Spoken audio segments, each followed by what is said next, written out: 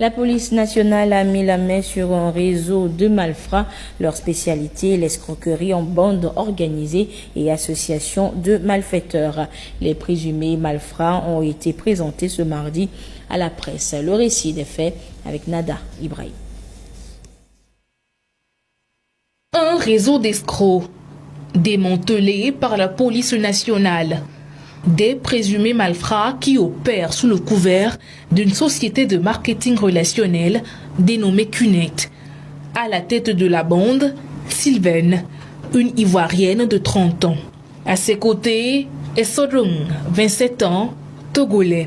Les investigations ont permis de mettre en évidence leur mode opératoire. La police nationale, suite à la plainte de M.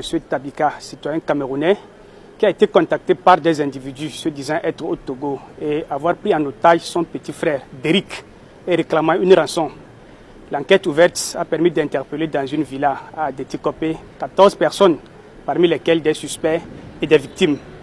Des premières investigations, il s'avère qu'il s'agit d'un réseau d'escroquerie en bande organisée, de traite de personnes et de groupements de malfaiteurs. Ces individus appartent généralement des jeunes personnes. Ils les font miroiter des emplois très bien rémunérés, des opportunités de voyage ou des opportunités d'affaires très intéressantes. Et ils réussissent à les convaincre de venir avec de l'argent, prétextant que cet argent va servir au paiement des papiers, à l'obtention du visa ou encore aux formalités d'installation avant le début du travail qui sera très bien rémunéré. Certaines victimes ont accepté de témoigner de ces actes frauduleux. Il y avait une fille, elle m'avait parlé que c'est comme ça. Il y a une de ses soeurs qui est au Nigeria, qu'elle a un visa couple. Donc on devait associer pour qu'on puisse voyager, quoi.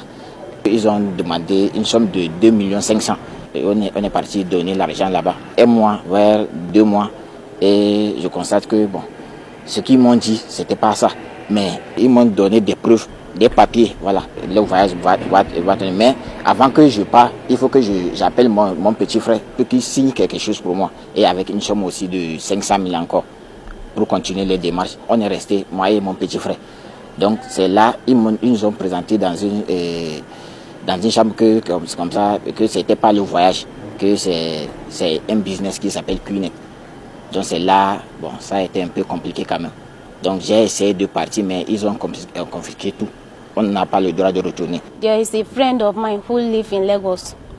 Je vivais au Nigeria, mais pas à Lagos.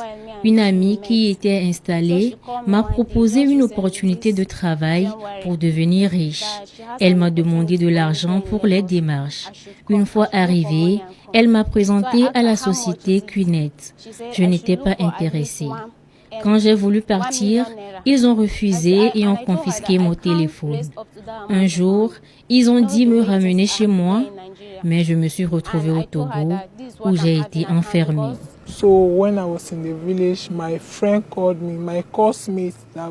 J'étais au village au Nigeria.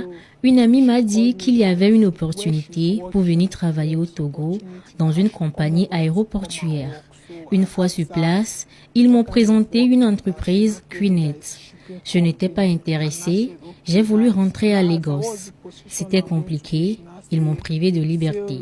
La police nationale réaffirme à travers cette opération sa détermination à lutter contre toutes les formes de criminalité et à démanteler les réseaux non encore identifiés. Face à ces réseaux de malfaiteurs, la police nationale réitère et réaffirme son engagement à lutter contre toute forme de criminalité, à démanteler tous ces réseaux organisés en bandes et invite la population à redoubler de vigilance. Les mis en cause vont être présentés devant le procureur afin de répondre de leurs actes.